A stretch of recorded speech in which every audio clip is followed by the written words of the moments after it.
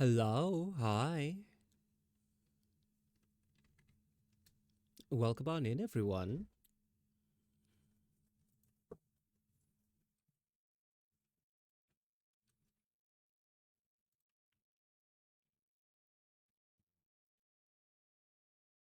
Hi, Voids. Hi, Coma.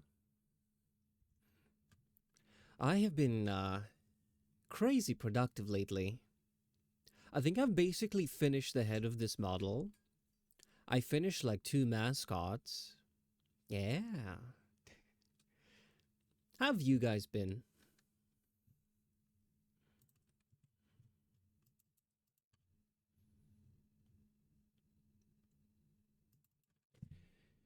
It's been more art than, yeah, that's new. Well, that tends to happen off stream, believe it or not.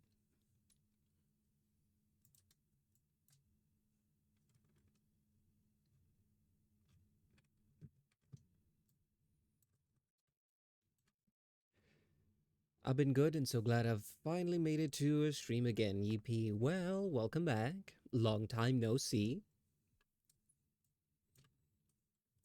Ah, yes, productive at the cost of more visible eye bags. I mean,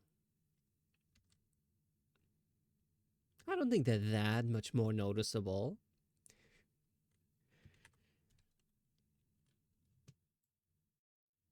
Jokes aside, I have been getting plenty of rest. Yeah. And the more prominent coffee addiction. Okay, first of all, I stopped drinking as much coffee for a while. And then I started drinking coffee again.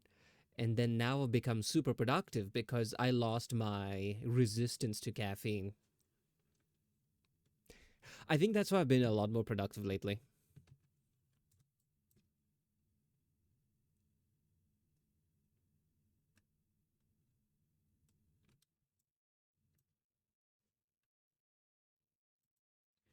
Puts Ordi in chicken burger. You know, chicken burger sounds pretty nice right about now.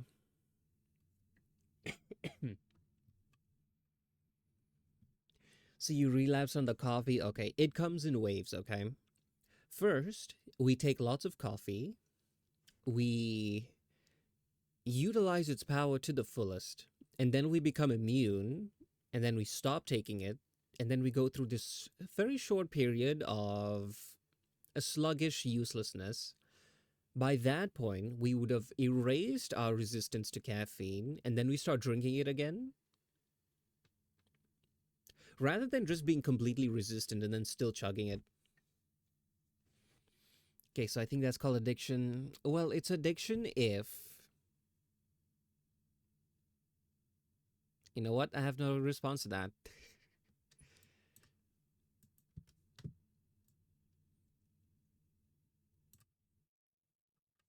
It's weird how much logic I hear in this, because there is a pattern to it. When I say, oh, I need to stop drinking coffee, it's not a matter of, oh, I need to get rid of it forever, right? It's just, I need to stop drinking it. Let me remove all the resistance to caffeine that I have. So when I start drinking it again, it hits me like a truck, you know? Rather than, okay, the way drug resistance works, because caffeine at the end of the day is a drug. The way it works is you take it for the first time, you feel great, yada yada yada. Over time, your body starts getting used to it. So even though you start taking more and more, the effects become less and less. So what happens is if you stop taking it, your body gets no longer used to it. And then yeah, it becomes a lot more effective. So if you want to drink caffeine regularly, I usually find like a week or so where you're not too busy. Just don't drink coffee or drink like very little, maybe a couple sips in the morning so you don't get like the caffeine withdrawals. And then, yeah, caffeine doesn't affect me much. I just drink energy drink for the taste. Fair enough.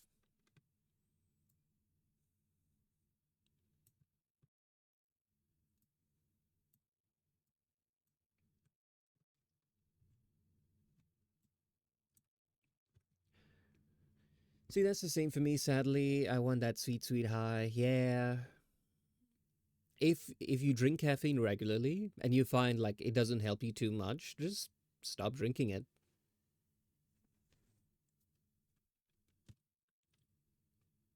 Yeah, if you develop resistance to it, eventually what happens is you drink coffee and your body will just behave normally. You won't have any added bonuses. The problem is when you stop taking it, you become less than normal. So, yeah,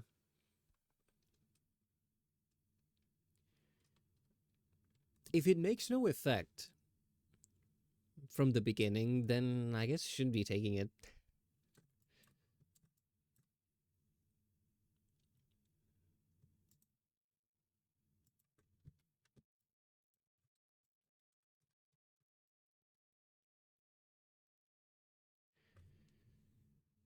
I just like the taste and it's never affected me properly, at least in any major ways, I assume.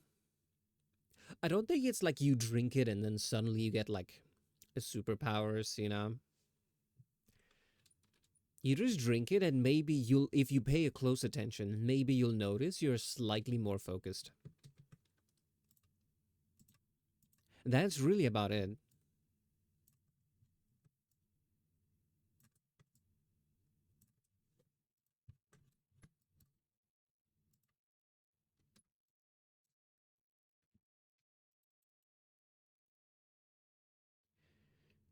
There was one time I had the jitters, but that's because I literally chugged the can. Ooh. Yeah, too much is actually, it doesn't help you. In fact, it either leaves you where you are, like at square one, or makes you worse off. There was a time when I moved here to the UK and I really needed to get some work done. I discovered that the supermarket actually sells these 1 liter bottles of coffee, and they were a few days where I went through the entire thing. Normally, one of those bottles, like now, drinking moderately, lasts me about like half a week, really. Because I think it's like 4 servings, if I remember correctly. But yeah, I don't drink that much.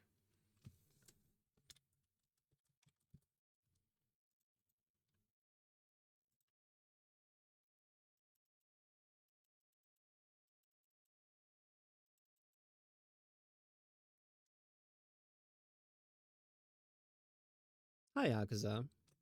See, funny thing is, the way I drink cans, it enters my body so quickly. So it'd be soft drink or alcohol, and people get so confused when I don't show any reaction to it.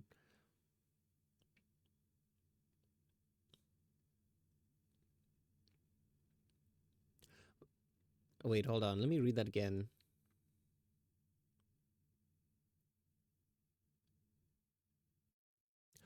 Oh, okay. Well, these things do take time to, take a bit of an effect. So, the multiple types of caffeine, the main difference is how fast the effects come on, how fast they go away. You really don't want a fast drop off, but sadly, that's the caffeine used in most energy drinks. Yeah. Also, another thing is to have coffee after you eat. Maybe not immediately, but have food, right? Don't drink it on an empty stomach. So, yeah, it takes a while to get absorbed and it just lasts longer in your system. Same goes for alcohol. If you don't want it to hit like too quickly, yeah, apparently eating food beforehand, yeah, that helps. But I wouldn't know. This is secondhand knowledge because I am a cat that doesn't drink.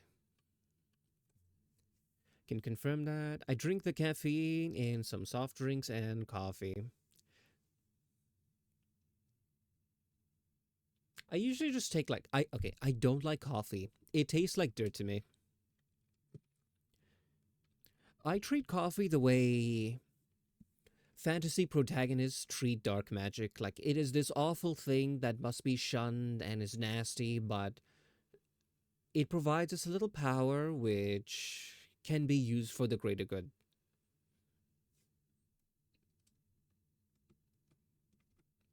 Coffee fuels my existence. It counts as a meal, right?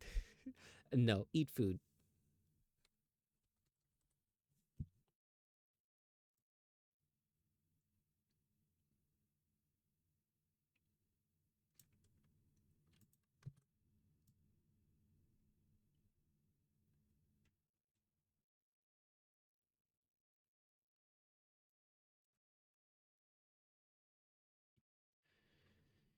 Well, I don't drink alcohol much, but I haven't had any ages. The last time was me chugging vodka cans with friends, and they all looked at me like I was such a fool, and I was like, meh, bad taste.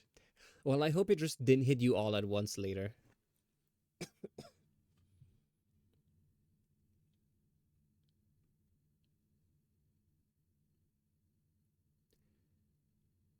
Me on a daily basis. No, eat food. Be healthy. But what if I can't afford food? Hmm, I don't know. I wish I could confirm the alcohol one, but my body is giving up on me, so it can be a good indicator. Yeah, if you have like health issues, alcohol is probably not the way to go.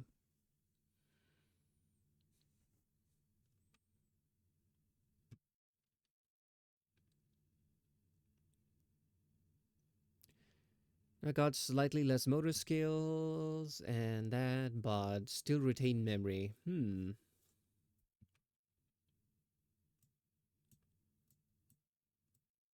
I know it affects different people differently.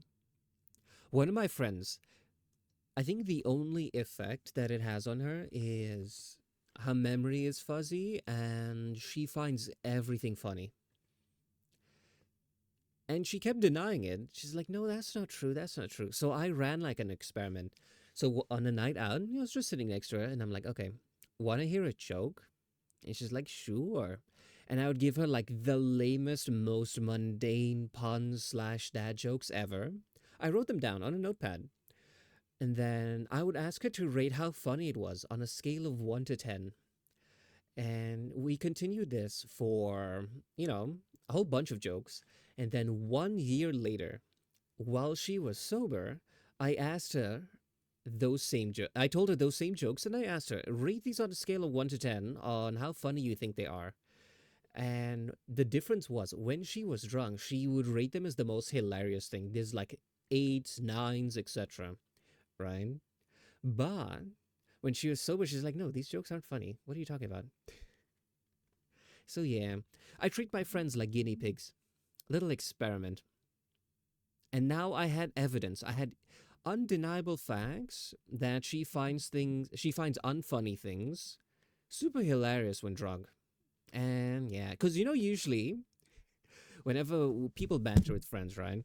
It's always like oh, this is the case. Things are like that, and like, no, no, no, you can't be right. You're exaggerating.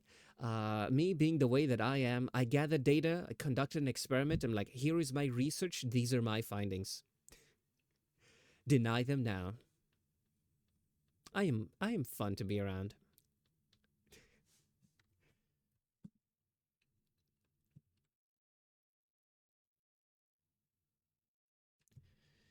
I took two full cans in a span of 45 minutes, and the only thing was said before effects. I want to know the type of wait. I want to know my type of drunk. You should honestly just ask your friends, the ones that they see, the ones who know you sober and know you drunk, and then be like, spot the difference. I drink this one go- I drink this one vodka that tastes so damn good. If it wasn't alcoholic, I'd drink it as my normal drink. Maybe you can find a non-alcoholic version. No, no, Ordy, it's a piece of bread falling over. It's the ultimate drunk pugwash test. See, that's the kind of dumb shit they would find funny while drunk. But if you showed it to them sober, they'd be like, what am I looking at?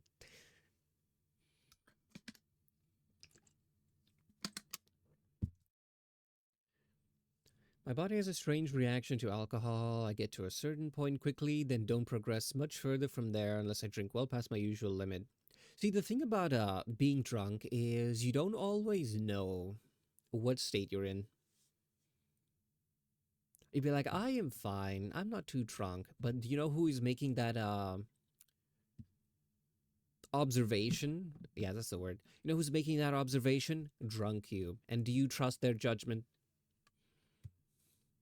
Hi, Goldie. Welcome on in.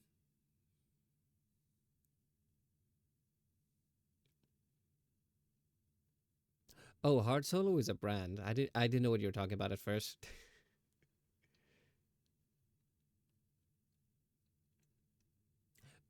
The most sober cat on the internet is discussing alcohol. That's what we're up to, Goldie. That's how it's going. It's lemonade, but alcohol. Whatever happened to just good old fashioned lemonade? No, Ordy, I've never reached that stage of drunk. Well, I'll take that as a good sign. But without the alcohol, it wouldn't taste the same. From what I've heard, people actually don't like the taste of alcohol. Like one of my friends, he would always like preach cocktails. He's like, "Oh, it's so good, and you can't even taste the alcohol." So from that, I can assume that alcohol just doesn't taste good.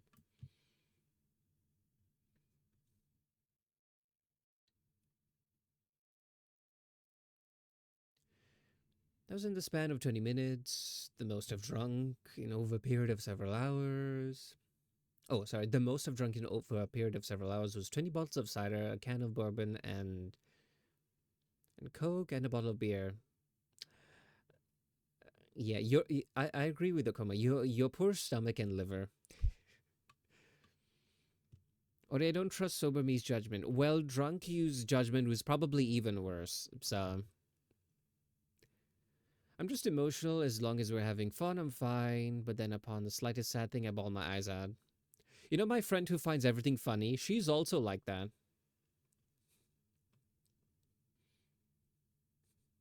Never show you puppy videos while drunk.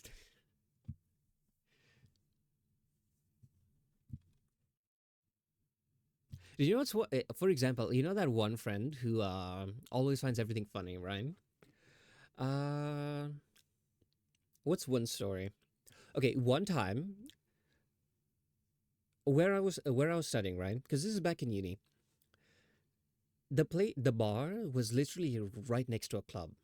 So usually the plan was people go out drinking, they get drunk, and then they go to the club. You know, because by then they're drunk enough to have a good time. So one time we were like leaving and we were trying to push ourselves through like the crowd and all, and this drunk friend, the giggly one, right, we'll call her Giggles, right? So Giggles, to avoid getting lost, just grabs like a hold of my shirt like from behind so that when I'm walking she gets like tugged along. And I turn to her and I'm like, "Hey, did you know that baby elephants hold on to the tails of their mothers while walking so they don't get lost? Kind of like what you're doing now." So, I was just giving a fun fact, a little bit of trivia, and then she started giggling to herself. I didn't get it. I didn't know why. So I just kept walking. Next thing I know, as soon as we exit like the club, she's just giggling like she's holding in like the funniest joke ever. And then she goes to everyone. We gather as soon as we clear the crowd, and she's like, "Guys, guys." Everyone like listens in closely, and she's like, "Audrey just called me a baby elephant." And then she bursts out laughing. That's what I mean by she finds everything funny. That same friend, the slightest problem that is brought up, or like Maxine said, slightest sad thing immediately starts bawling their eyes out. But all you need to do is distract them with humor and they start laughing again. It's kind of like dealing with a toddler.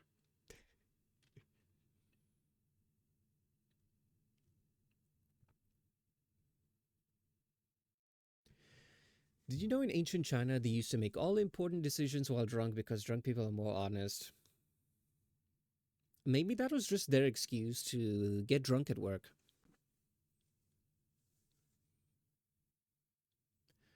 Alcohol is basically a laxative for me, which means I end up not really eating before and during my drink.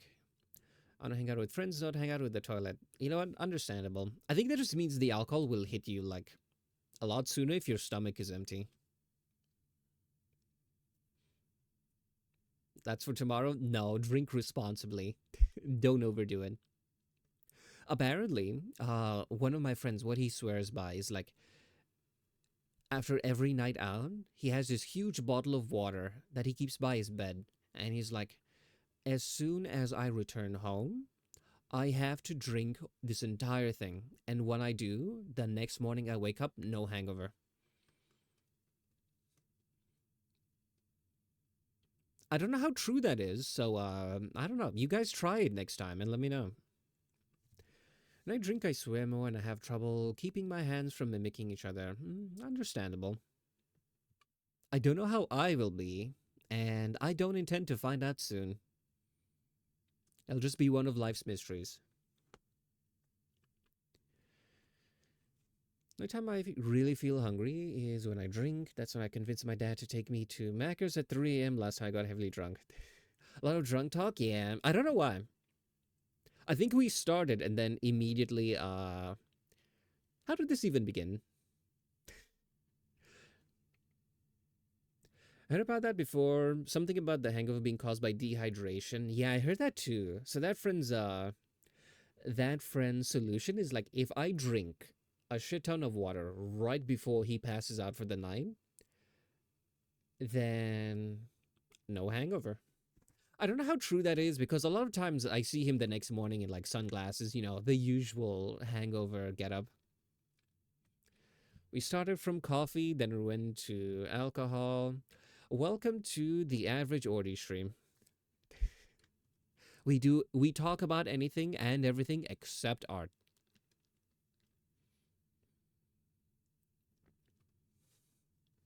Legal drugs, yeah.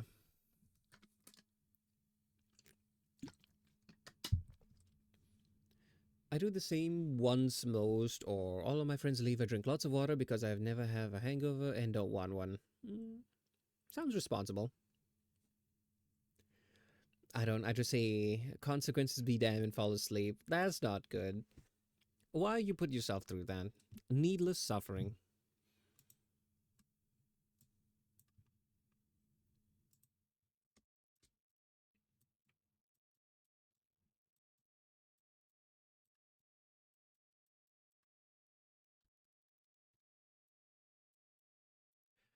I do my best not to go to bed drunk. I stay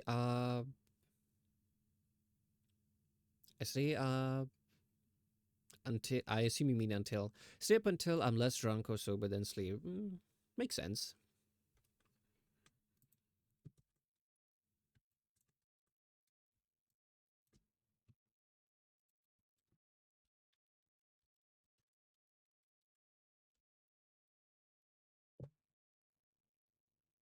Until yeah, I figured. Don't worry, I have friends who I think they I don't know. I think they type with their forehead. So like half of the words that are sent through are nonsensical. So I think over the course of years, my brain has just learned to fill up the gaps. Like I'm fluent in gibberish. If you start typing and you miss like every other word, I could probably piece together what the original message was. Ori, my health is my last concern. It will be if you don't take care of it. Guys, be responsible. Take good care of your health. We can't change bodies yet. So you gotta hold out until then.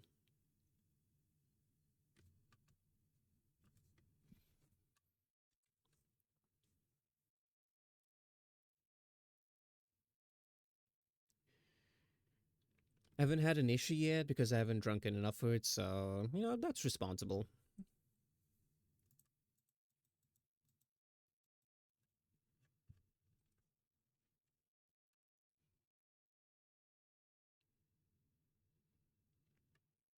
Same, don't encourage each other. You mean I can't put my brain in Russian's new AI robot? Not yet. In fact, I don't even trust that, right? Because this is what they'll claim. They'll be like, oh, we're going to transfer your brain into this robot, and then you will live forever as a machine. Do you know what they're actually going to do? They're just going to copy your memories and then kill you, and then say, this new robot, that's the real him. I see how these things go.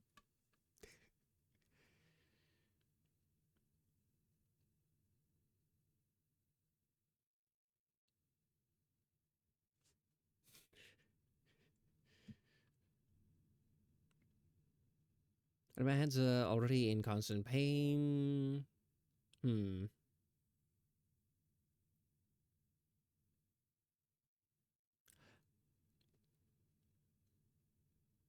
Oh well, every artist ever.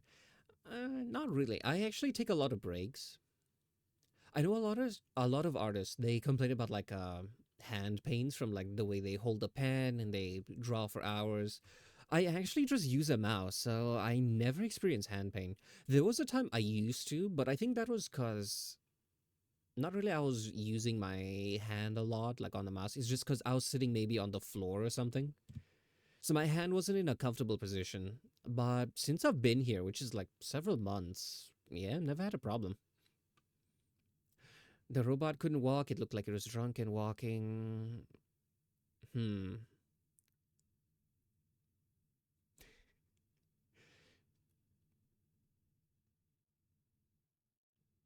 You know what? It's fine. I was conflicted about making a certain jokes, but okay. You know what? It's fine. It's like, oh, the robot couldn't walk. It looked like it was drunk and walking. I'm like, well, I think if it's a Russian robot, that probably means it was very successful. I don't know if that's mean. Drawing makes it worse. Understandable. It's at my friend's birthday party Saturday, and I just collapsed for no reason. I get up and continue as usual. Felt bad about being low energy after that. I don't think you should apologize for being low energy, you know? They gave it vodka, obviously, like true Russians. A very nice conversation. Yeah, honestly, I don't know what we're gonna talk about every time I hit go live. By the way, this entire conversation, you guys should know, I don't drink, so any knowledge about alcohol is either factual or gathered from other people's experiences.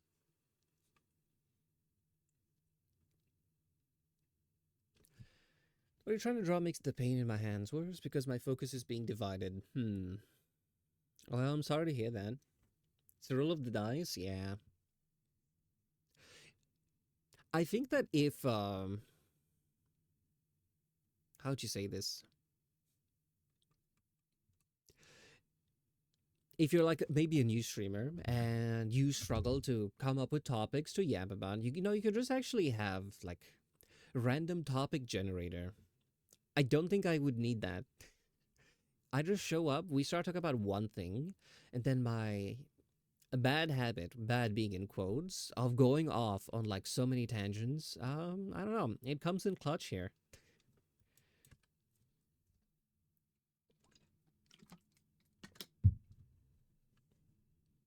Never related with you more other than Ben 10. Yeah, honestly, I feel like Ben 10's lore, like the full thing,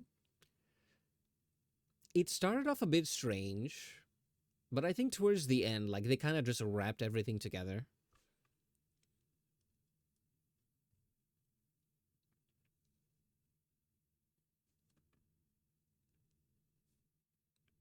Goated show, yeah. If you like Ben 10, same people who made it, I think they're called Man of Action.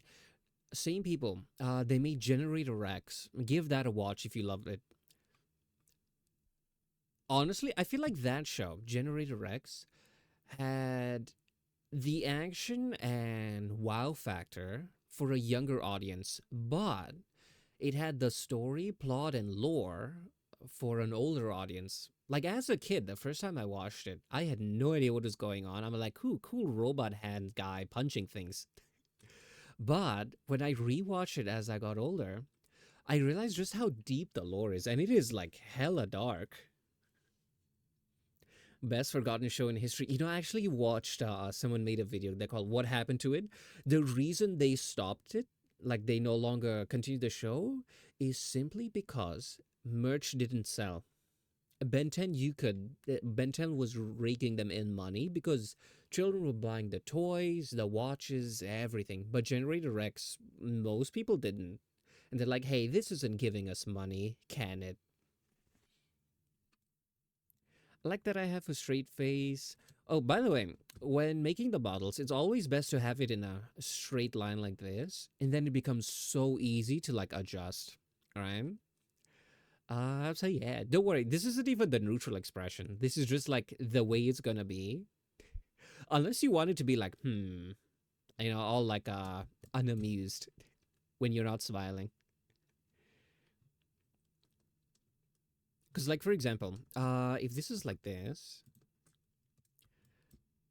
it's easier to make this smile later on. Like for example, say we want to give it like the little frowny face.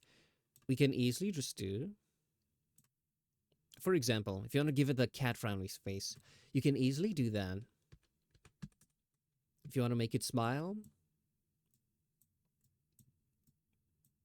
you can even give it the little cat smile, right? But if it's already like this, right,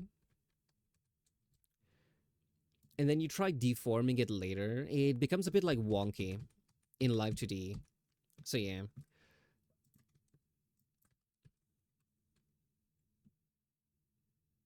could be a toggle eventually. Honestly, yeah. Like for example, if you're just holding your face still, you're not smiling, you're not frowning. I was thinking it could be, how do you say this? Something like,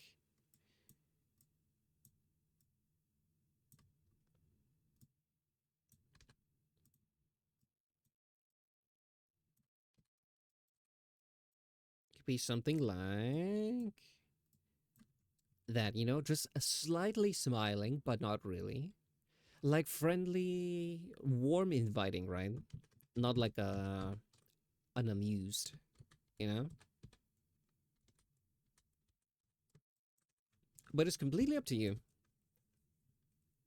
Usually the way, well, it's a little different if you're here in chat while working on it. But usually the way I work on my models is I usually make the thing first, and then I send them like the files and the showcase video. I'm like, okay, this is what I have so far. Let me know if it's all right, if it needs any adjustments. Some of them will be like, oh, the mouth is nice, but I want like little curl like that. And then I just go back, make the adjustment. It's a lot faster that way rather than I do one thing, send them a message, and go, oh, um, what do you think? And then they take like a day to reply, and then only after that I can continue. Yeah, it bogs it down. So I realized making a first draft and then making changes ended up actually being like a lot faster for me.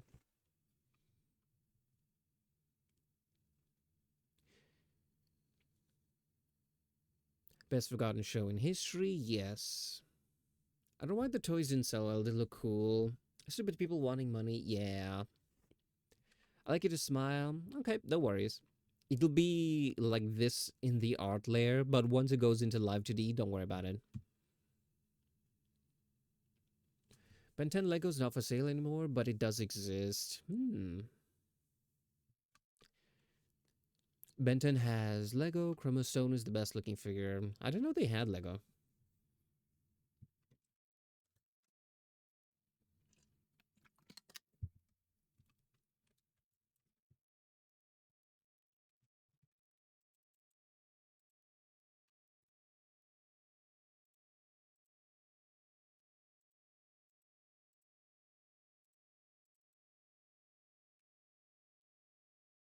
I like the little smile the artist gave me. It's got the fang as well. Oh yeah, these are things that are added like in live 2D.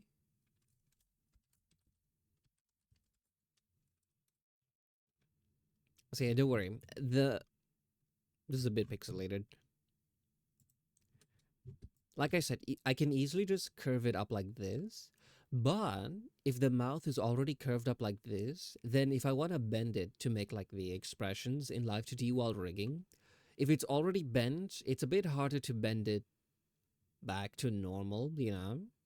So it's always easier. This is a tip if people want to start rigging. Yeah, it comes out a little bit janky. It's doable. You can fix it, but it's usually like a lot more work. Whereas if you make it a straight line and then make it smile a little bit while rigging, yeah, that's a lot easier to do.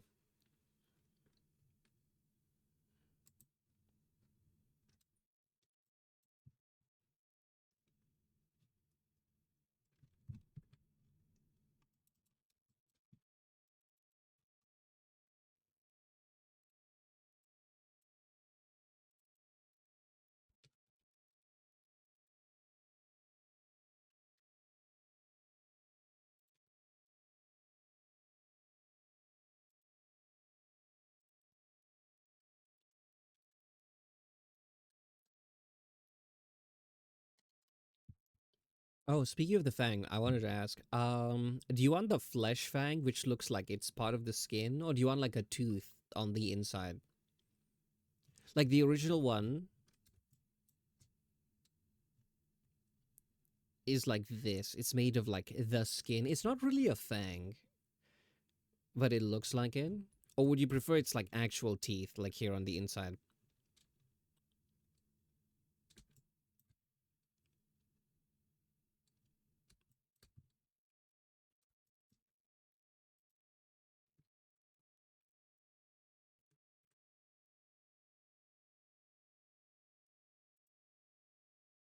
She don't know, gotta see both. Yep, no worries. It's a super simple fix.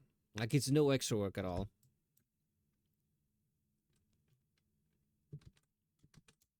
What does a hoodie look like behind the hair?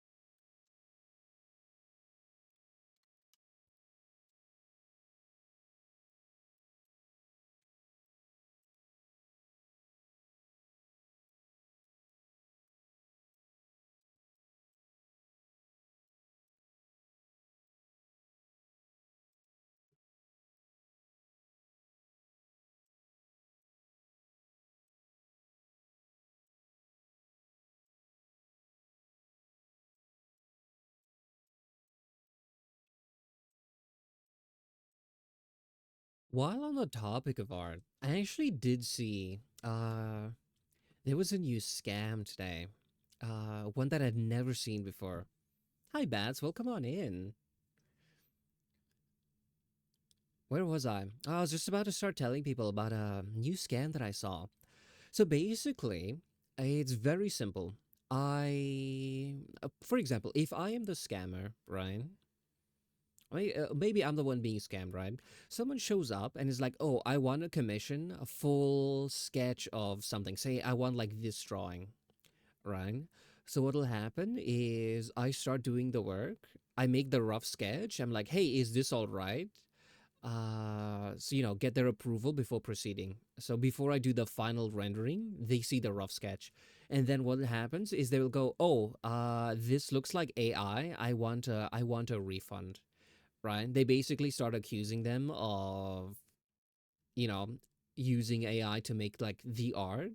So what ends up happening is like, oh, I want a refund, or they'll like bash you on Twitter or whatever. So you just give them a refund to just get rid of them, and they get like the free sketch that you have made already, and then maybe they use AI to like finish it.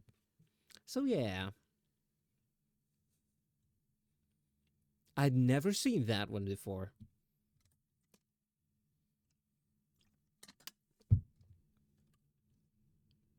I'm not imagining what kind of thing I want. Gotta see Bob. Yeah, no worries.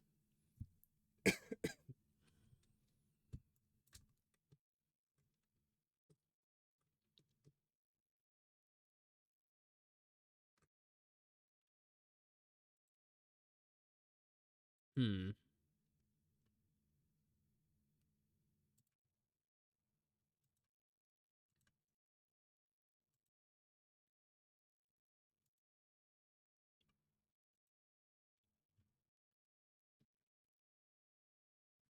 Just got out of the shower. Well, feel free to make yourself comfy.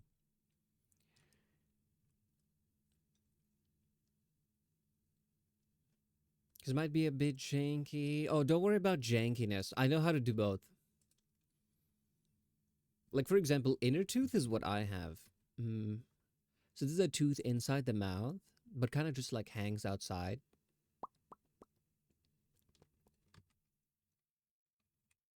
Oh, oops, wrong button. That was my human disguise. Yeah, this is my Halloween outfit. I'm John Human.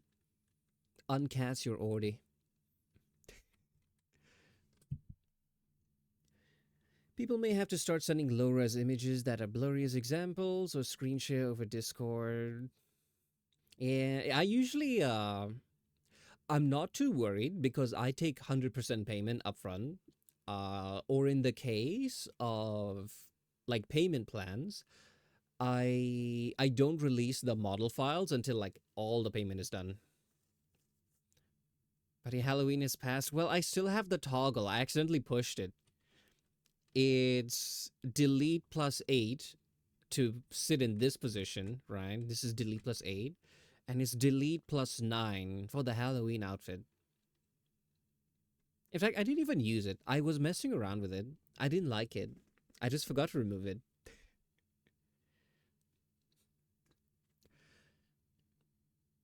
But yeah, usually what happens is, or usually good practice is sending low res and watermarked work. I'm gonna get a monitor attached to me. Well, I don't think my Halloween outfit is that bad.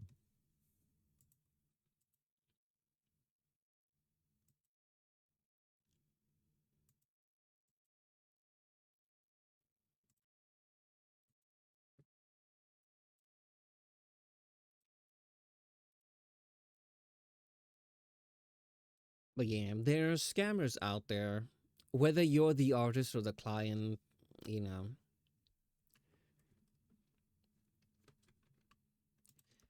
it's people pretending to be artists to get money, and there's also people who pretend to be clients to get free art. You just gotta be aware of it. So if you take like art commissions, they are like a few. Yeah, you could easily find resources online like common art scams, and there's always new ones popping up. Drawing the hoodie, yeah. I think this is too low.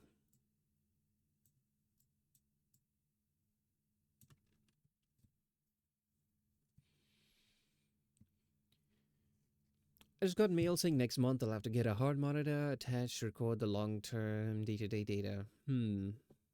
Sounds like a hassle, but hopefully it's helpful.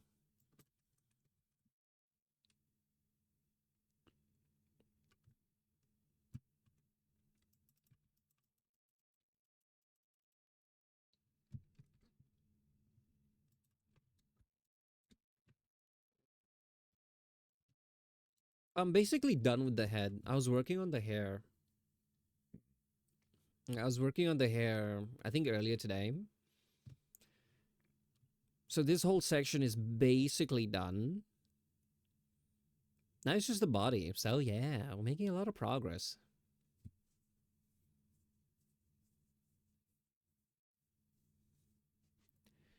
I love being diseased. Well, my condolences. Hi, Orca.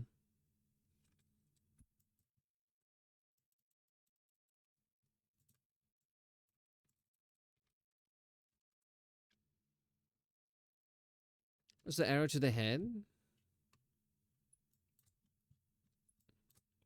It's this. Ignore that.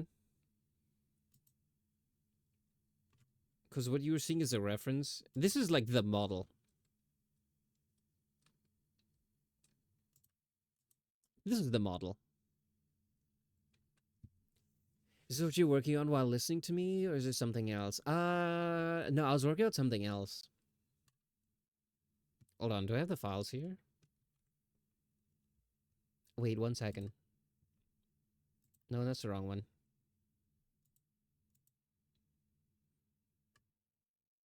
Does this have the Spotify one? Yeah, it does. Okay.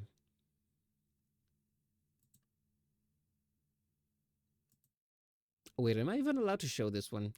It wouldn't be the first time I would have started doing art commissions on stream, only to later discover that they actually selected the NDA option, meaning I can't show the work or the work in progress.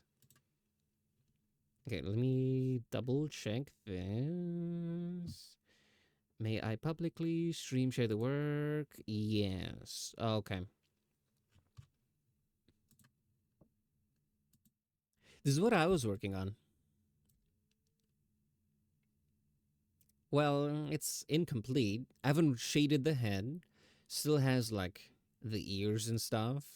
But yeah.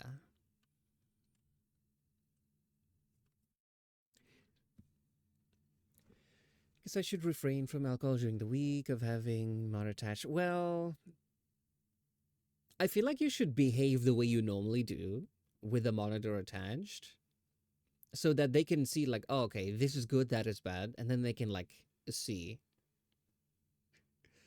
It's not like a test where okay, at the end of the day, they're collecting data so they know how to help you.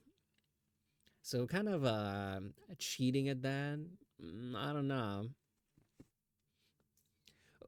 Oh, that is nice. Thank you.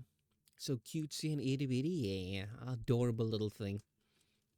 Yeah, this is the angel creature thing I was talking about. But yeah, I considered continuing on it today, but I feel like, no, that'll take brain power. And my brain is like fried right now. So yeah, we'll work out this one. I did do a lot of the tough parts, which was layering the hair and the shading and everything. The clothes are fairly simple. Simple in the sense that they are cut up into giant chunks rather than like 1,001 little laces and frills and bows. So yeah. I don't drink often, so it's something to remember not to do. Understandable. Fairly simple giant chunks. Yeah, like for example, what I mean by simple is in terms of cutting. Something like this is simple because it can basically be broken down into hand is one layer. This is a little complex, but we'll just say the bow is one. So that's one, two, three, four.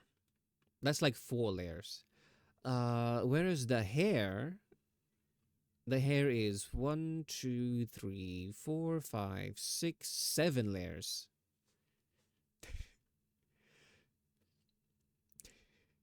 So like half of the head is as complex as the rest of the body.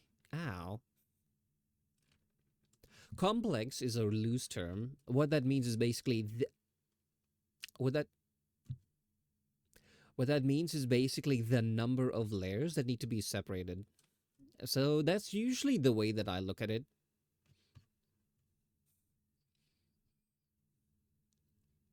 Do you just make the models or also do the rigging? Oh, I do the art and the rigging. This is an instance where I'm actually given a character sheet. So I was given this just a PNG. So what I did was I just enlarged this and I'm cutting it up into pieces so that I can rig it, you know? Ooh, a better example would be you saw how I labeled this is like 4 layers. The upper body, 4 different layers, whereas the eyes, let's see, the eyes are one, two, three, four, five, six, seven, eight, nine, 10. Just the eye is 10 layers, whereas the rest of the body is like four. So yeah, that's what I mean by the head is usually the most complex.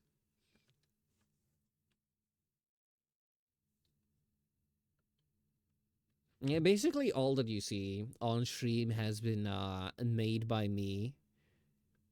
The design here, I didn't make the design, but I'm cutting up the art, making sure it's like all layered and whatever. But yeah, usually the mascots I do from scratch. Most of the time, I don't even have a reference sheet. People come to me with cash and a dream, and I make it a reality.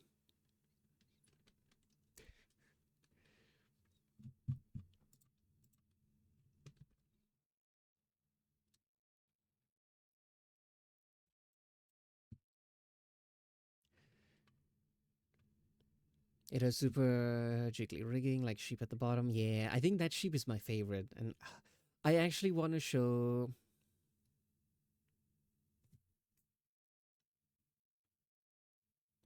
They've okay.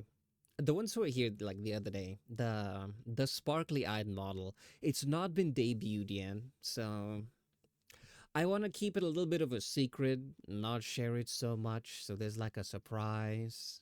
But yeah, I have more models I want to show off, but I'm like I have to wait till they're public, and then I can. I do have permission to show it here, but I was like, nah, it's okay. I'll keep the suspense, keep the surprise.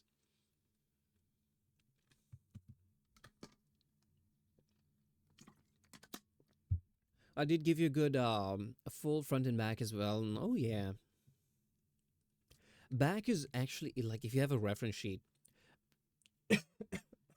Sorry, if you have a reference sheet and you have like the back, this is very useful in case you ever want to have a 3D model.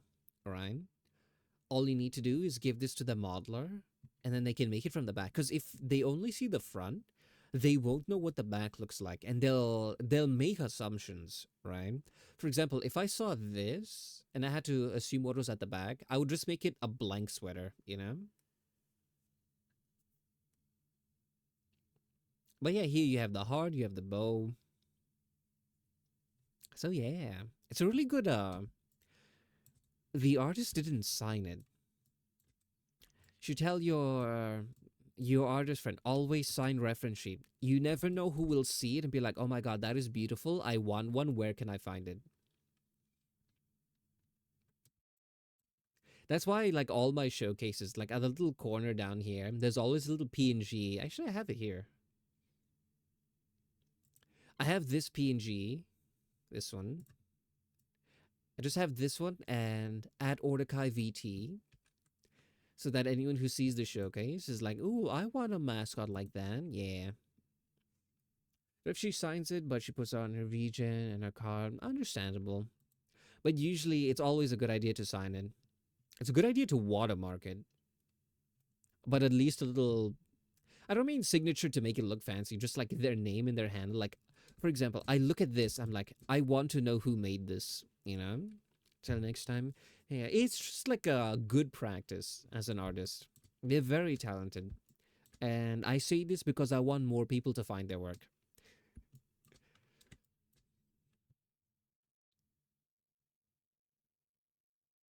Where was I?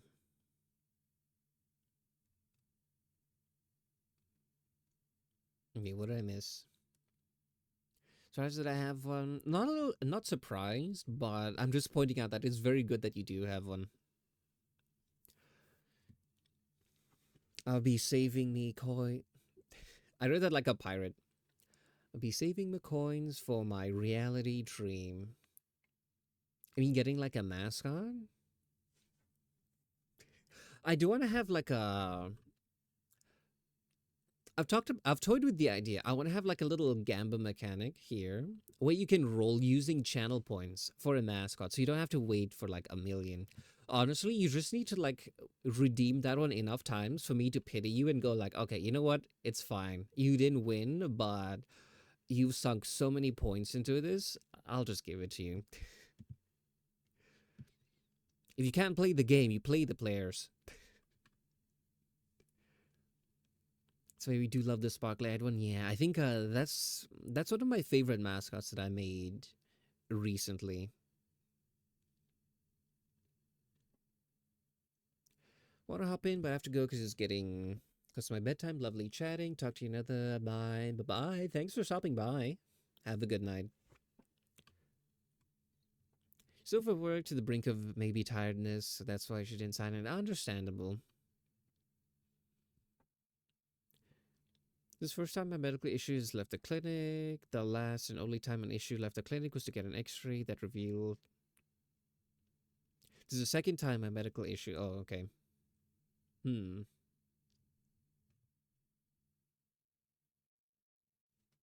Well, hopefully the heart monitor is not like invasive. It shouldn't bother you. At least I hope not.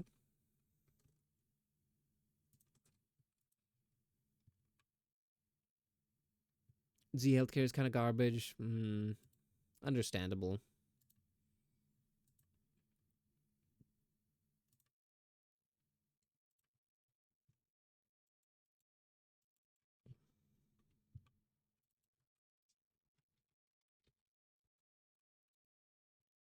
One more reason to try take good, care of yourself. So you don't need the healthcare.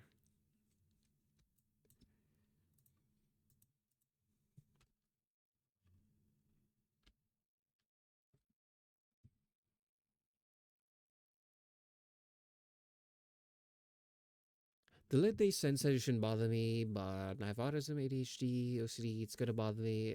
Yeah. They usually say things like that because they have the assumption that everything is normal. But fingers crossed, it's not a problem. Hopefully, you get used to it.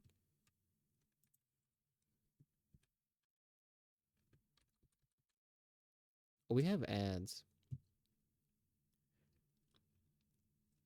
So it occurred to me at the time she probably should have signed it. It's not even like that uncommon for artists to like not sign the work. I just feel like more people should.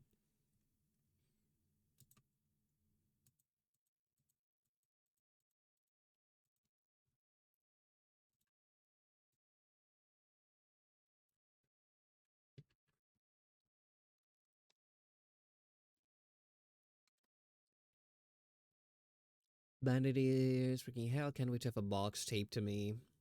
Well,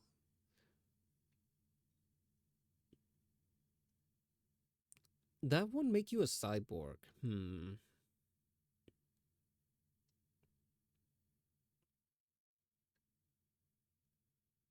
I don't know. I was looking on the bright side, couldn't find one.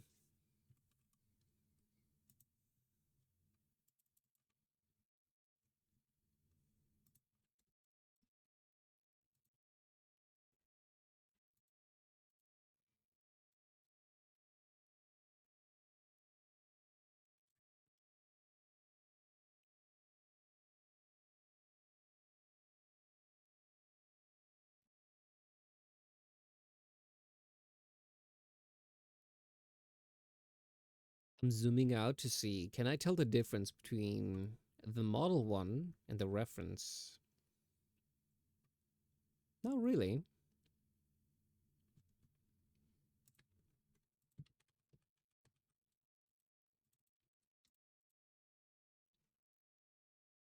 Hmm.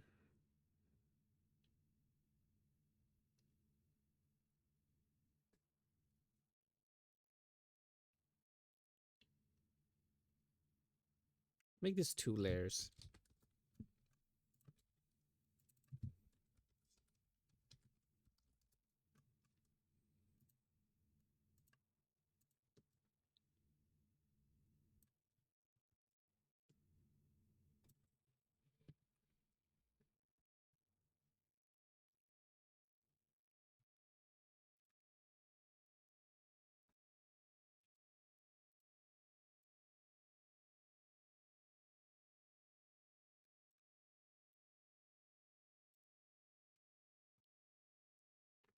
I'll live. Will survive the event monitor. I don't know about the disease. That's a different story. Well, that's unfortunate.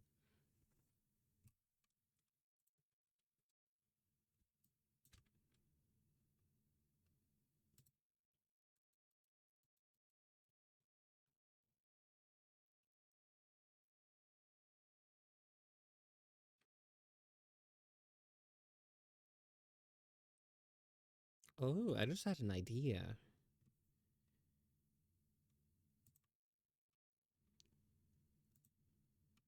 We might actually be able to cheat here a little bit.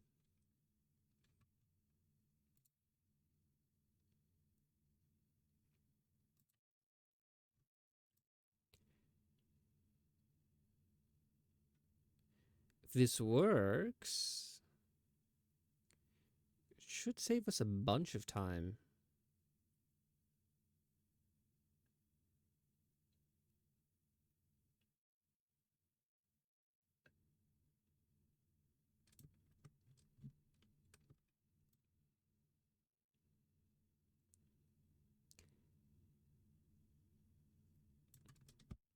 Because instead of recreating this, we can probably just cut it up and polish it at the edges. And yeah, could work.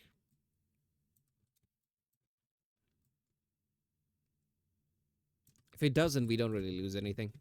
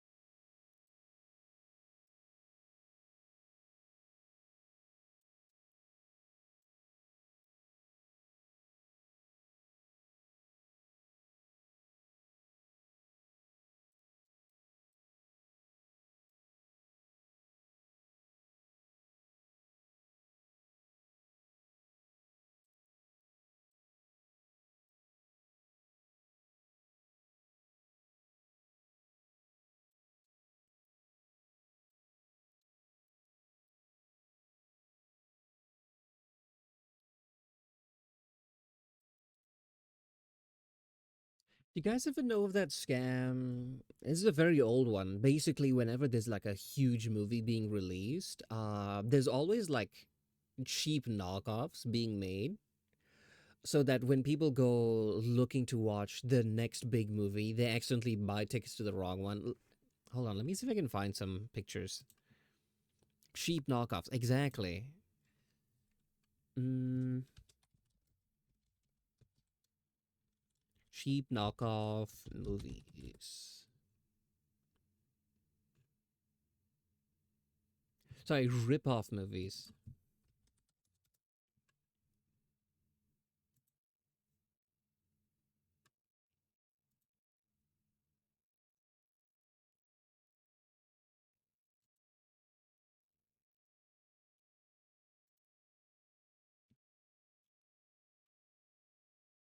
Yeah, here's one.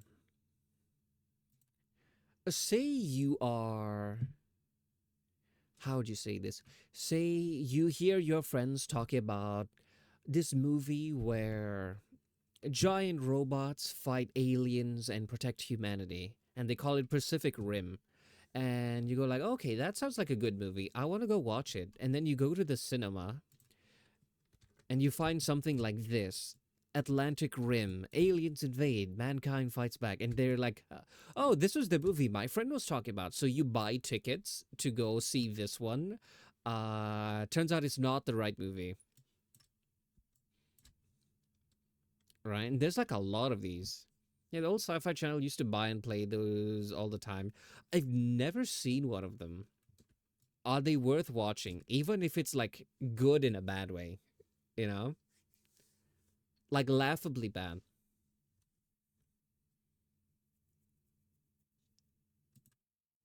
What's another one?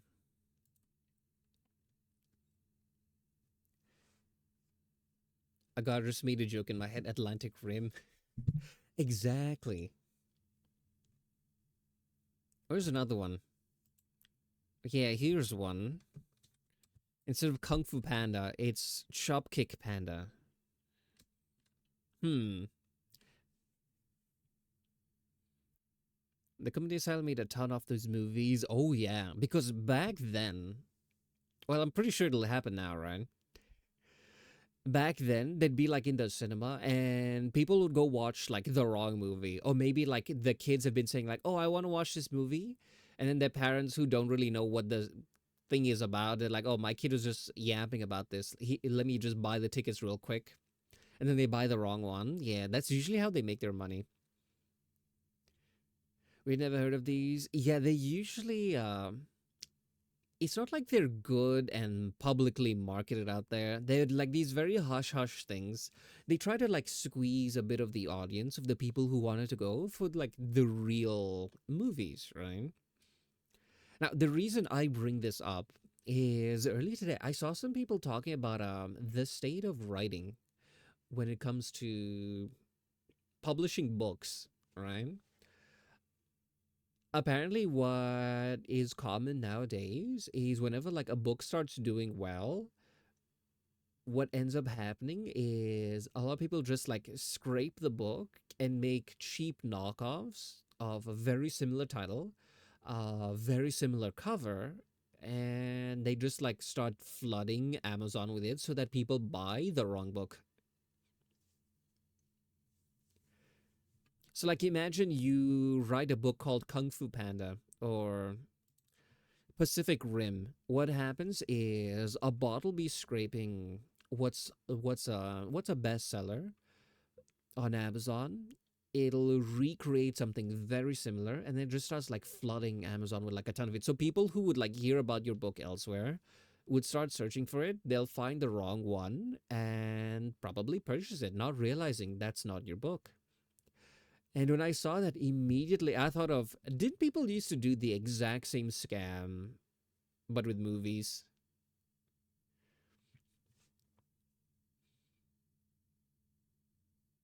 It's another type of movie genre that didn't kick off, but they don't exactly say for word. I mean, can't really advertise it, but there is an audience for it. They made a Thor movie when the Marvel movie was coming out. It went straight to TV and it was really bad. I feel like that's the kind of thing you would watch. Like if you find too much hate in your heart for like Marvel, you could just watch like the bad knockoff movies and then realize, you know what, maybe Marvel's not too bad. Lower their standards emotionally, you know? But yeah, I saw that and I was like, what a horrible time to be a writer. Which is a tragedy because one of my closest friends has been writing a book for like many years. And she's slowly been getting traction. And I was just thinking, it would be so awful if they publish it and then that happens. And I just didn't have the heart to tell them that.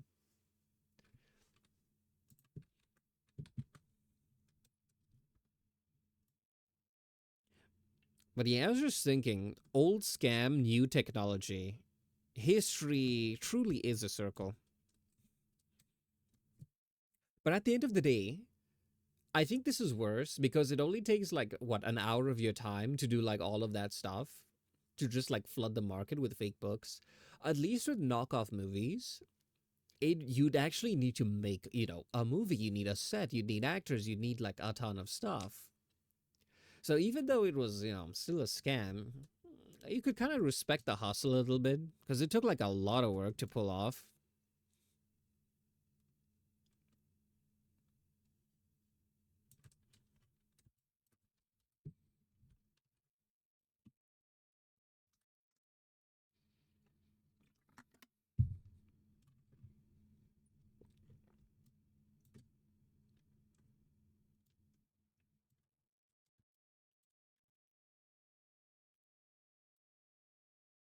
Actually, I haven't watched Pacific Rim in ages.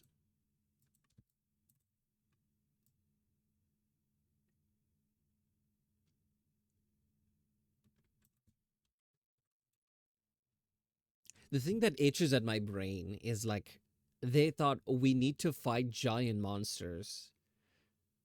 And they're like, the best plan? Giant robot that punches them. Surely there are better ways. It's a movie I have to turn my brain off. Yeah, the fight scenes, cool and everything. But the science behind it, like just itches at the nerdy part of me in a way that I don't like. So much fluff outside right now. Someone is dying of hay fever. My condolences. Not that, but a pure iron robot in a salty ocean. I've not watched it. What is it? Pure iron? No way. Probably because seeing the way the rest of the science of the movie went, they did not. Okay, I wouldn't even say, some movies they hire researchers to make sure the science is passable. These ones didn't even pass like basic high school chemistry.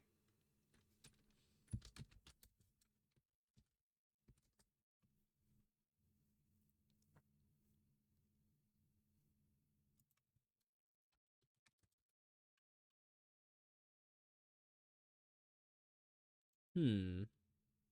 Okay. Why does Gypsy Danger have an iron hull with no alloys?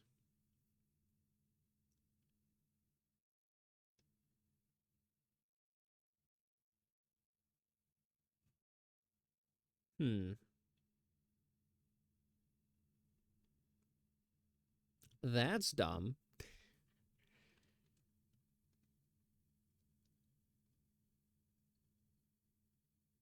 Chinese and pure titanium. See, titanium is super strong and super light. That makes sense. But it's super brittle? Oh, I didn't know it was brittle. Ooh. Yeah, I don't think they did any research. They're just like, ooh, this metal sounds cool. You know what? I'll do a deep dive on this later. I am intrigued. I think they're trying to pay homage to the Iron Giant movies. Yeah, but they angered all of the nerds in the theater. Which, to be fair, could be a good marketing tactic because then they'll start like making noise about it and then more people hear about the movie. Yeah.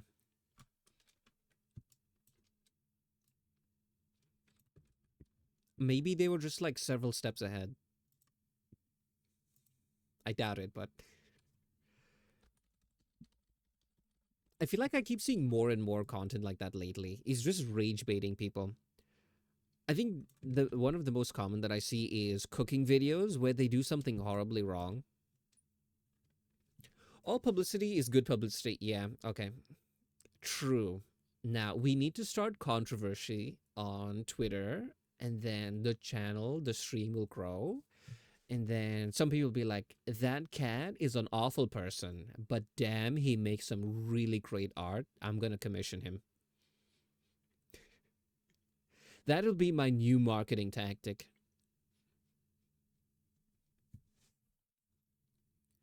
Not so sure about that as Sony and Ubisoft. It used to be a saying, I think mostly just to.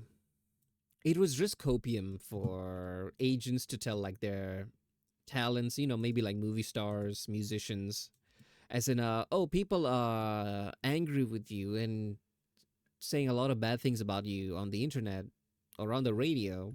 But that's a good thing because now people are talking about you.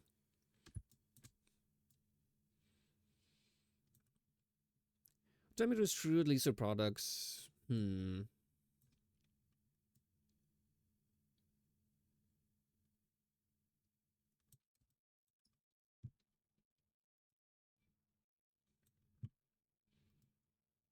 I think it was useful back then. Actually, no, I think it's still useful now. Do you guys know what pink sauce is?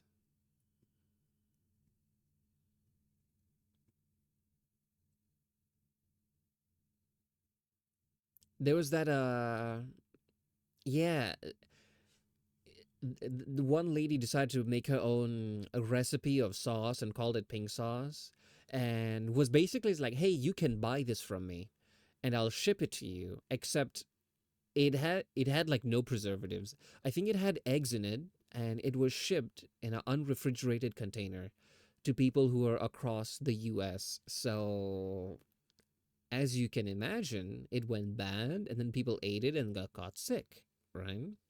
And there was so much noise and hype about it to the point like that lady, I think she got like invited to like a talk show, and what I think a supermarket actually bought like the rights of the thing off of her. They did change the recipe so it doesn't poison people. But yeah, that person made bank from poisoning people. So I don't know. Walmart sold it? Yeah, it was one of those like big companies. I couldn't remember which one. But yeah, I don't know.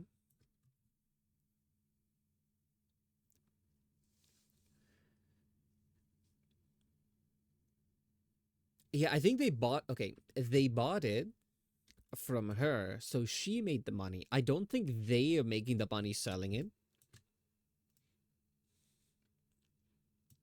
They given money upfront for future sales, but since sales never materialized, I think it put them in a bad spot. Exactly.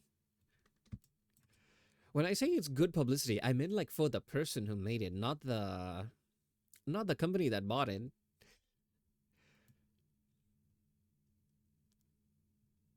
Honestly, that is the strand. You make something, you basically do what the guy who made MySpace. He made something great. He sold it for a crap ton of money, and then he just like vanished into the void. He's just living life. Honestly, I feel like more rich people should do that. So an actual company purchased the recipe, and she got residuals. I think she is now bankrupt. Ooh. Well, that's unfortunate. But then again, I did see the interviews. She was kind of hostile, and when people were like, "Hey, this thing is poisoning people," she basically just started chewing them out. So I don't know. I don't know much about them. They didn't strike me as a good person, so I don't know. Maybe they are, and I've only just been exposed to the media and all that.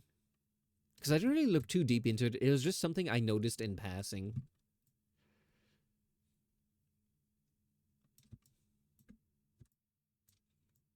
But yeah, well, that is regardless. It is unfortunate. Okay, how are we gonna start poisoning people so that we make money?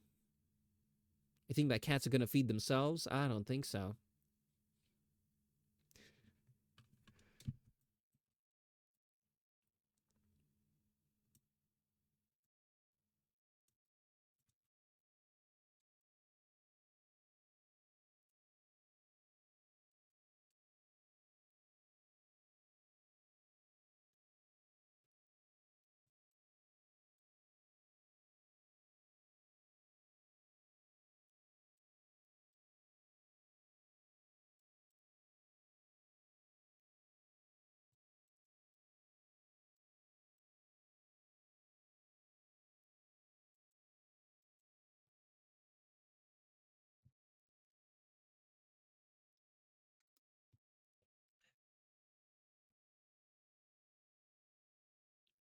Give your cat thumbs so they can feed themselves.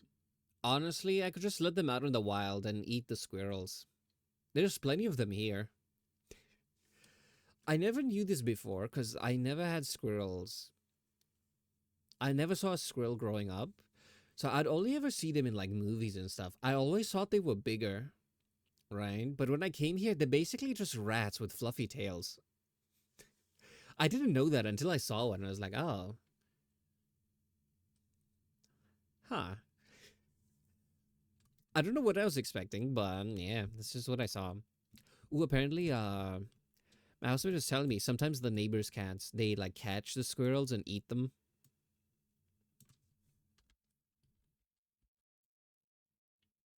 I know Wally gets really excited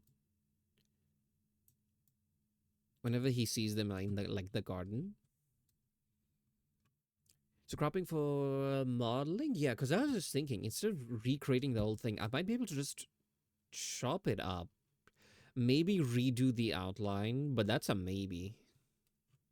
I'll see how it looks, and if it's all good, yeah.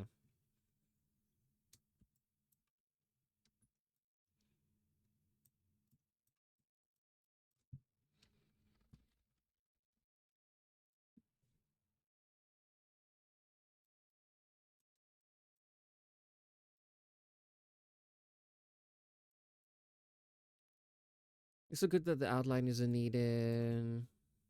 I mean, this one maybe not, but the ones on the shoulder, yeah, I'll have to do. Where's this? Because like this one has like I think no, not here, but he has like the extra thick outline. So yeah, I will have to redo that one.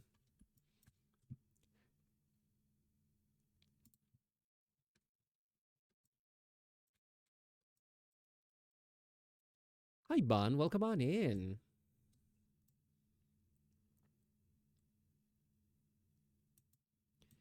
We are cutting up a model and turning it into Live 2D.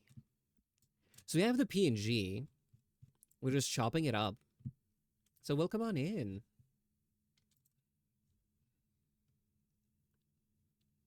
Are you using a mouse? Oh yeah. I don't actually have a drawing pad. All my art and everything is done with a mouse.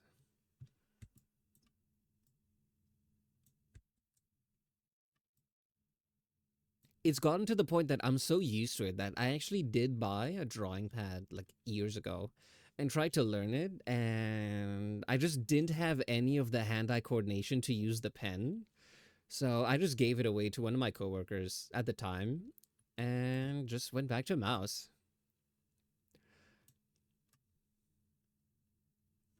And you got that so impressive? I don't think it's that impressive. It's not like my hands are crazy steady.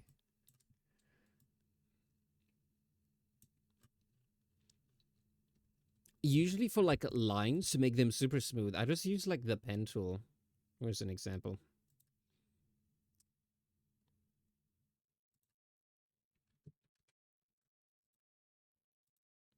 Yeah, just use like the pen tool. And then I adjust it. You can adjust the size. So yeah, that's what I do. It's a little unorthodox, but it works for me. I do have an iPad, and I actually bought a cheap pen. It doesn't have like the pressure sensor. But I'm thinking maybe if I want to actually learn to use like a pen, I could practice with that one. Still think that's impressive. Thank you. Actually, I think there's this one clip that exists where what was it? Was it Gartic Phone? Scribble.io. I think this was ages ago. I think it was something Feather organized with like a bunch of artists, and well, I was drawing the line, and it came out like perfectly smooth, and I was surprised myself. I don't know where that. Do I have that clip? It's probably lost somewhere. You could just see me casually drawing the line. It was like perfectly straight. And then Feather started to scream about like how perfect the line was. And then immediately it started like getting all jittery because then I was being perceived and I started panicking.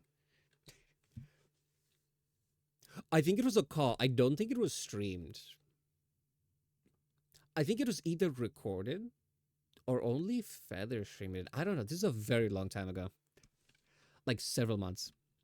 I think I was there for that. Yeah, I think that was the first time I wouldn't even say met, was just exposed to a lot of other people. I think at the time the only person I knew there was Feather. And I was just like a little shy. Ooh, it was also the time where my voice was dying, so I was even quieter than normal.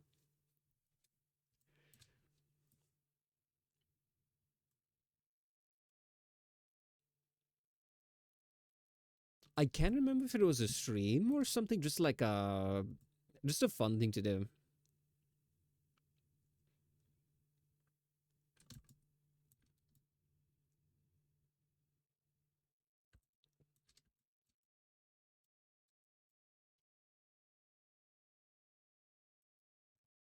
Think I was there for that? Probably.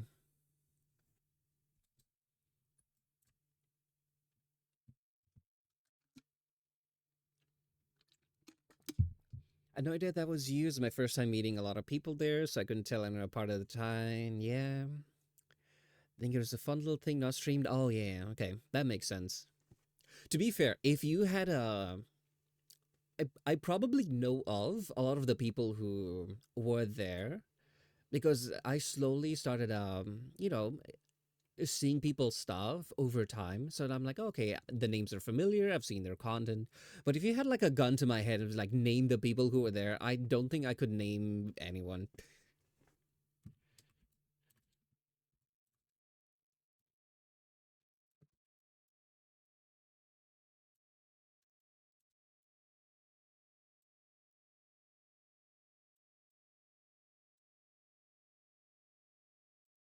But it was a super fun thing.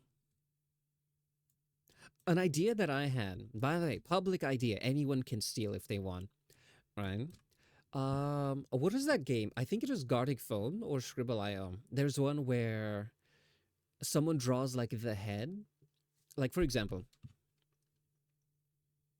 if this is the thing, one person, without seeing what the other people are doing, right? One person draws like, hold on. One person draws like the head. One person draws like the head and shoulders. Another person maybe draws like this. And then someone else draws maybe the legs. And then they're kind of just Frankenstein stitched together to make like this horrible abomination. And an idea that I had is like, what if for a stream, get a bunch of people who are not live to D riggers. We play that game, we make these horrible monstrosities, and then we chop them up and turn them into very simple live to D models. And the people who have never rigged before get to do that, and they walked through the process. It'll be crazy chaotic, and it'll show them that live to D is not too scary. Actually, I had a similar stream, not with the whole making the characters, but I was making a model for Hot Shack, an editor of mine, and I had the art ready, and I was like, okay, what if for a stream I'll be rigging it, but I send you the files as well, and then you rig alongside me because he wanted to try like live 2D, and I was like, okay, we can have a lesson, right? Have it live, and he fell in love with it. He's like, I want to start rigging more. He had never rigged before. It's actually not too tough. Like this one is a complex model. It has multiple layers. But if you have something simple that's just like the eyes, one layer, the mouth is like maybe upper, lower lip, maybe tongue, and then the rest is just very blocky, very choppy. It's like a super scuffed thing. Could be fun.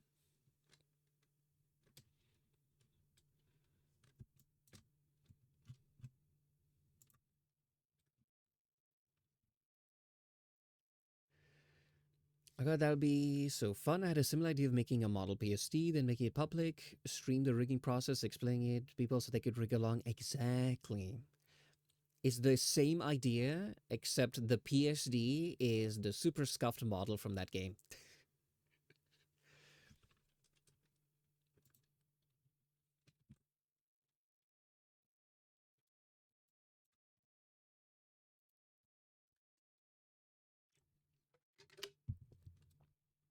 Because honestly, rigging is super fun, and I feel like a lot of people they don't see through the veil. They only see I I give reference sheet, I give money, and then I get model. It's made like magic. I don't know how it works, right? But and if they like just download the app and open it up, they get overwhelmed because it's not intuitive really unless you look at the tutorials. But the moment they get like the slightest glimpse of like how it works, they're like, oh, okay, that's actually not too bad. And I feel like more people should, be exposed to that. I actually saw VTuber for the first time. This is many years ago. This is how I fell down the rabbit hole. I didn't see a streamer and be like, oh, I like that streamer. I like their model. I want to be VTuber. I saw a VTuber, had no interest in the streamer, and I was like, that model is a 2D image, but it moves and looks 3D. How does that work? So I was dissecting the technology, and then I fell down a rabbit hole and started making them myself. And the next thing I know, here I am.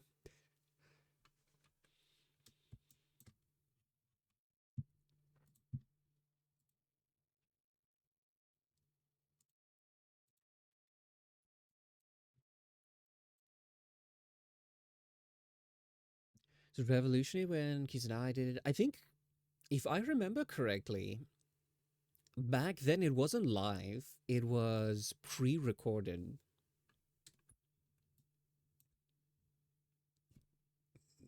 I don't know if that was the first one. It was not live, yeah. Yeah, I'm thinking of the correct one. It used to be like super janky.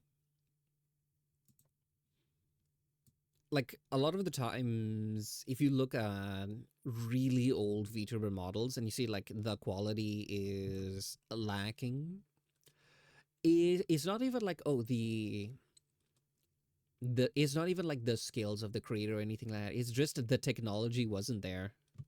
There, I think Live 2D really simplified the process. I think made sure their technology was better. Ooh, and V Bridger as well. Like a lot of the complex expressions you see with really high end models. Uh, Not only is it good rigging, but it's also good tracking. The technology has come so far in the years since it came out. Exactly. I don't know where I'd be without blend shapes.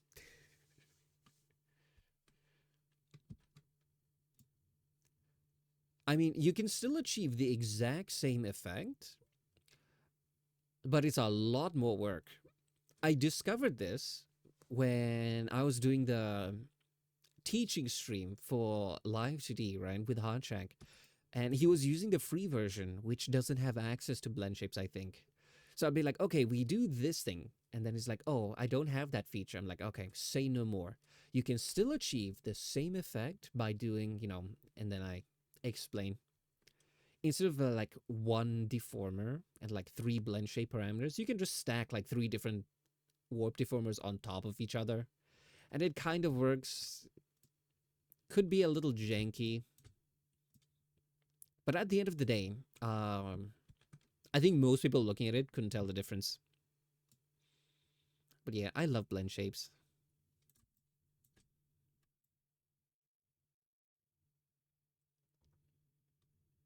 I don't think most people in my community know live 2D rigging. Because don't let the art fool you. This is a just chatting stream.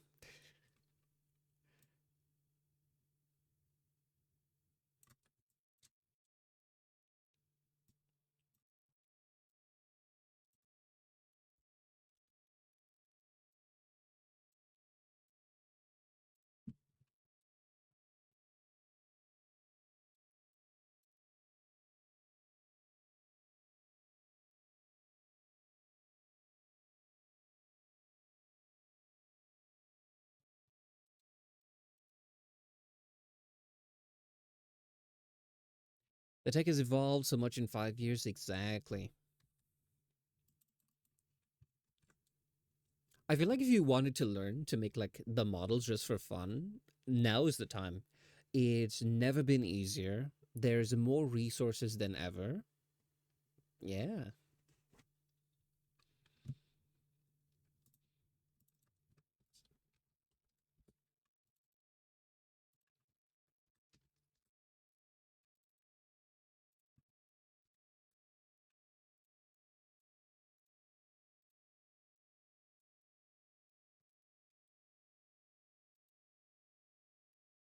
There's so many free tutorials online, especially if you want to learn. Oh, yeah.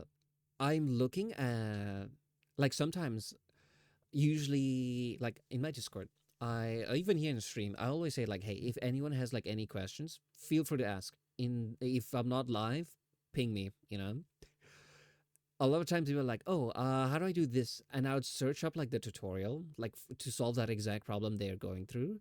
And the quality of the tutorials have come, like, crazy far. I think when I started, I only had like the very basic tutorials, and you kind of had to like, play around with it and learn through trial and error. Whereas now I feel like there's a tutorial for like everything. Oh, something I discovered the other day. Live 2D Discord is beautiful. I encountered a problem. You know what? I won't even go into details. It's not important. I encountered a problem that I'd never seen before. Basically, in Live 2D, everything was clear, but I put in VTube Studios, it came out pixelated. It wasn't the texture atlas or anything like that. It was just there was a maximum cap on the resolution of masks in VTube Studio. Now, I never knew that. And after failing to find a solution, I went on like the Discord. They had like the help section. And I sent a short clip of my problem. I explained like, hey, I tried this, going over what I tried. I'm like, I've never seen this before. How do I solve this? One person goes, "Oh, click this thing, click that one, problem solved." It was it was immediately fixed in 5 seconds. Back in my day, you would have to struggle for like a week pressing random buttons, scrolling through dead forums or posts on Reddit until eventually you stumble into the solution. Live 2D has come a really long way.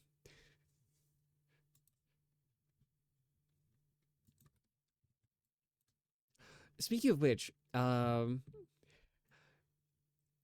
it has been pointed out that whenever someone shows interest in learning Live 2D, I get a bit too enthusiastic about going like, "Hey, you should learn. It's actually not too easy. If you have any problems, feel free to ask me." And it reminded people of this. Hold on, I actually have it as a redeem. Ordi teaches Live 2D. This one. Apparently, this is the energy that I bring.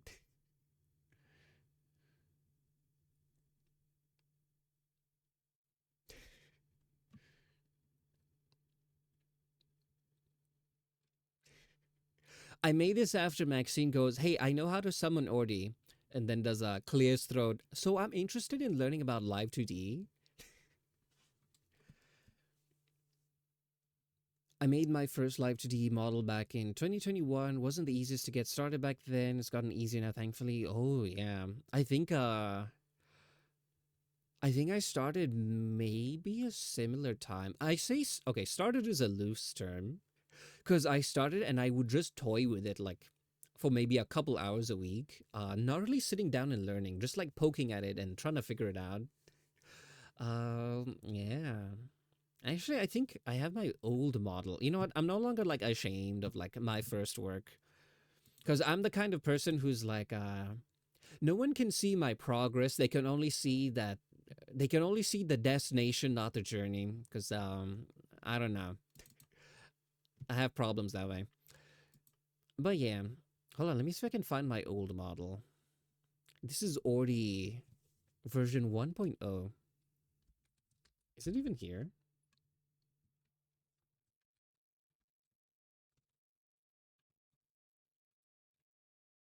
Ordikai 1. Yeah, this is the ancient models that I first made many, many years ago. So this was me learning to draw and learning to rig. So yeah, as you can see, quite stiff, doesn't lean too much. I had no idea how color worked. And yeah,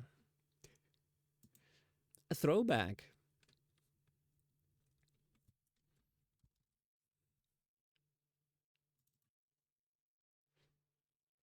Absolutely see how far you've come. Yeah. Well, I would hope so.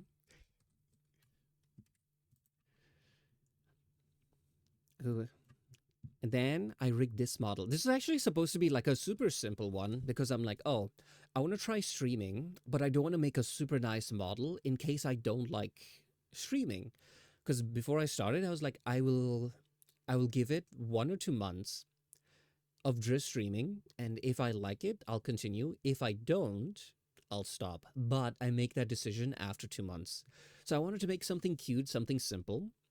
Anyway, this is probably one of my more complex models with the amount of toggles. I think I counted, there was like upwards of like 20.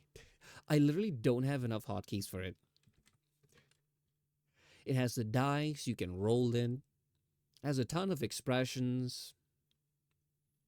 It's like that one toy that or like one of those people who have like those really old cars that they fix up and then they keep modifying more and more and more, you know?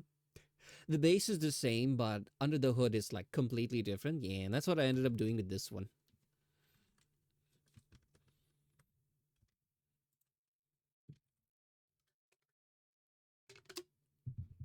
I got a bit too obsessed with it. Oh, we love that? Yeah. In fact, I did have I think one of the second models I made. I actually have like a how it started, how it improved, and now I'm currently working on where we are with Owl's model, right?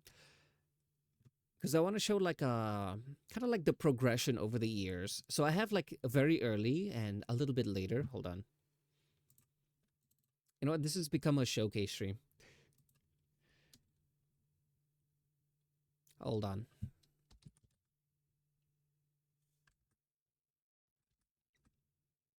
Okay, I don't have the old file here, but let me see if I can find a PNG of it. I think it's in my archives.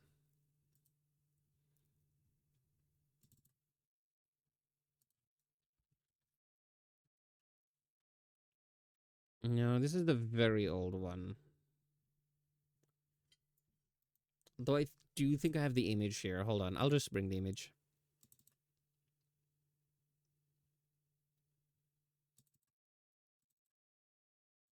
Okay. Here is...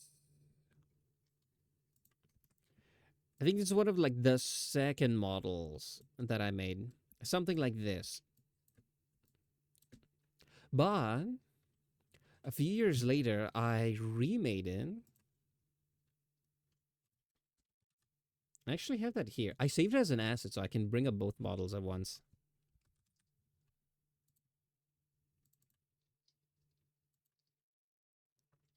Ta-da! So I have the first one. I have the second one. I want to make a third one. Just to like kind of test so you can actually see like the improvement over the years, you know. It's mostly for me.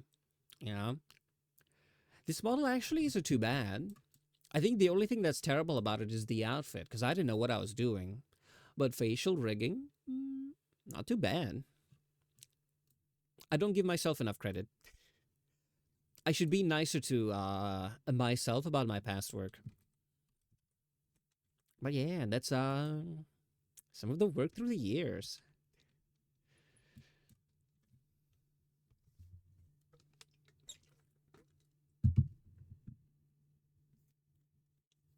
Oh, my cat has joined me.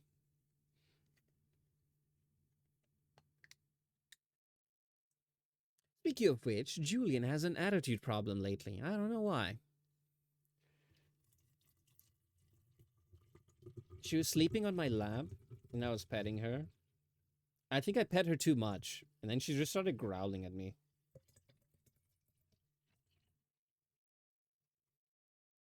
And then 5 minutes later, like after she growled at me, she just jumped off my lap and went to sleep somewhere else. 5 minutes later, she came back on my lap, started purring again. Honestly, I don't get her.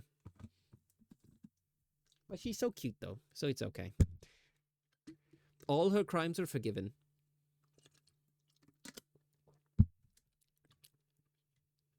Anyway, we went off on a long tangent. Back to art.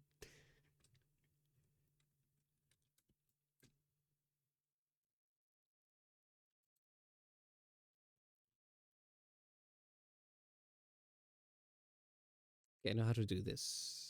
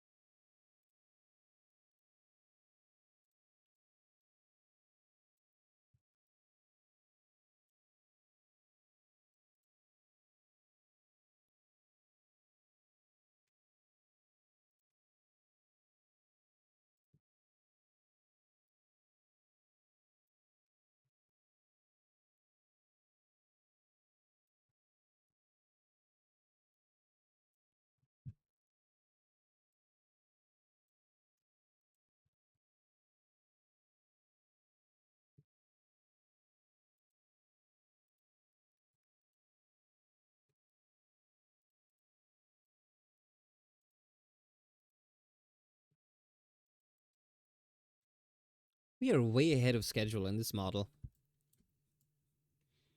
I think I set the deadline to February.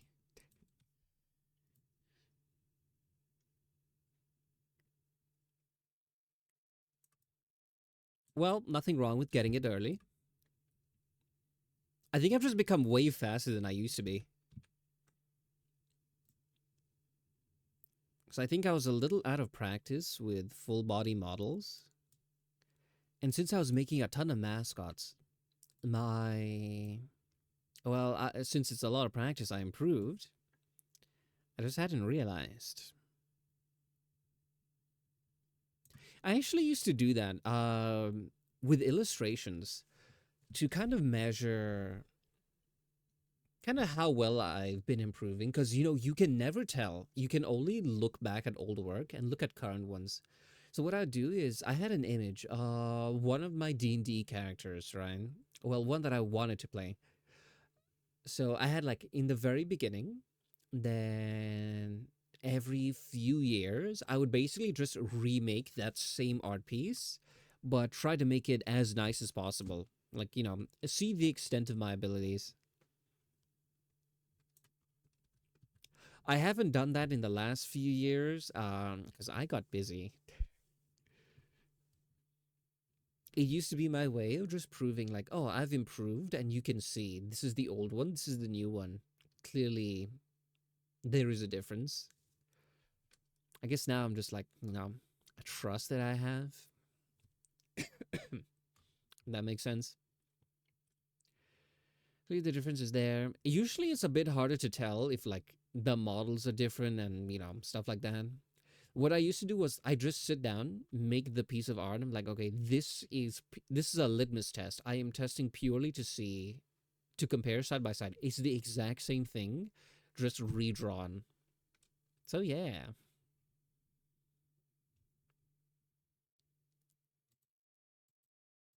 Okay, this seems okay.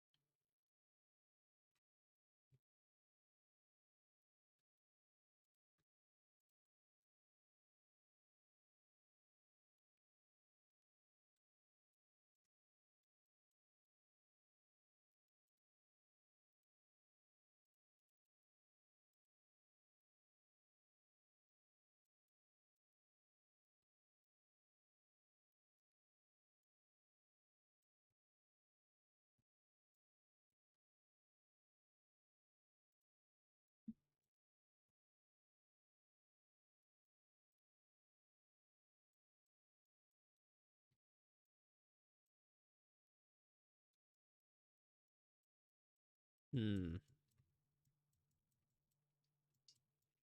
Well, it seems fine.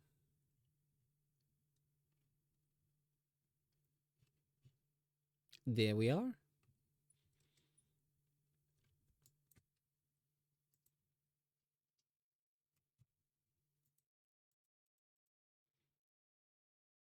That saved us a lot of time.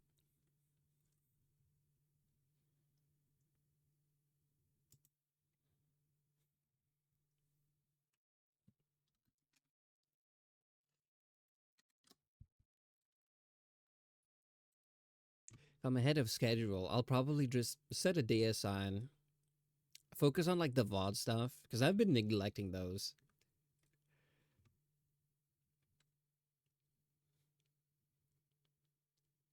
I usually upload them on YouTube. I haven't done that in ages. There's like a backlog, which is a bit bad because that's where Hotshot gets like the VODs and stuff for editing.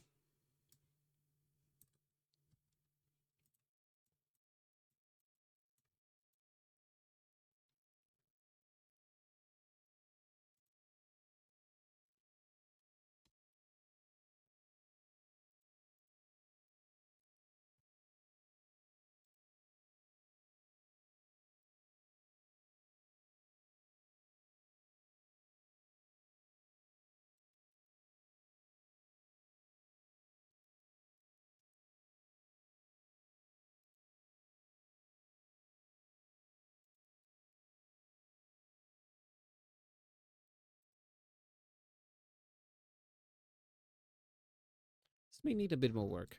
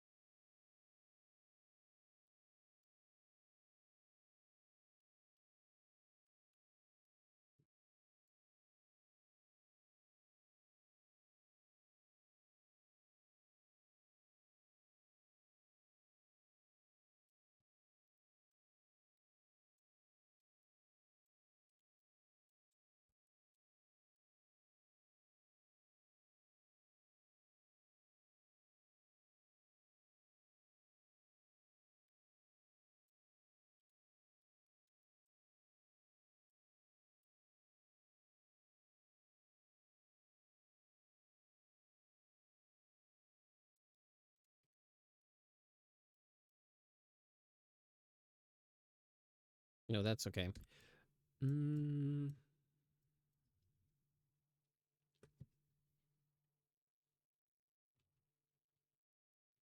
it's actually left.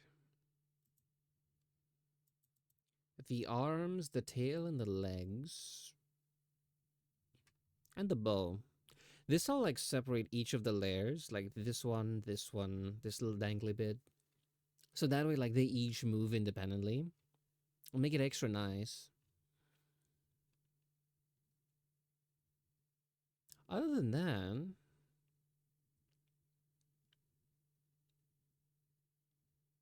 I think it's mostly done.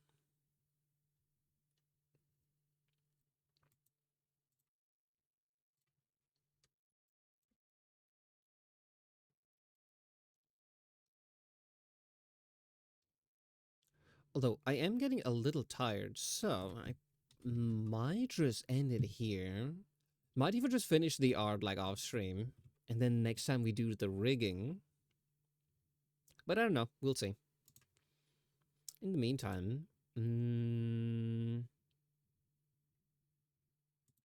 we can read Koyuki. Okay. Thanks everyone for stopping by. Hope you had a great time. I know I did. And yeah,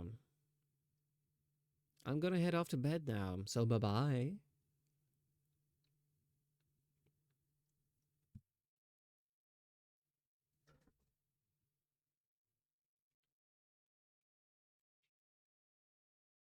Hey, bye bye. Okay, you came just as we're ending. Ow.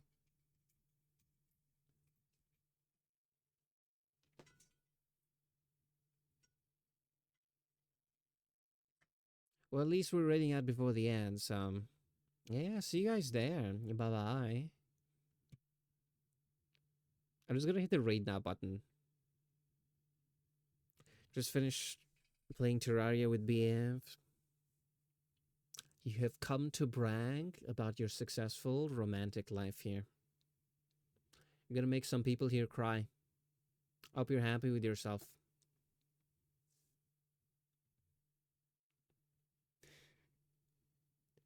Okay, bye bye, bye bye.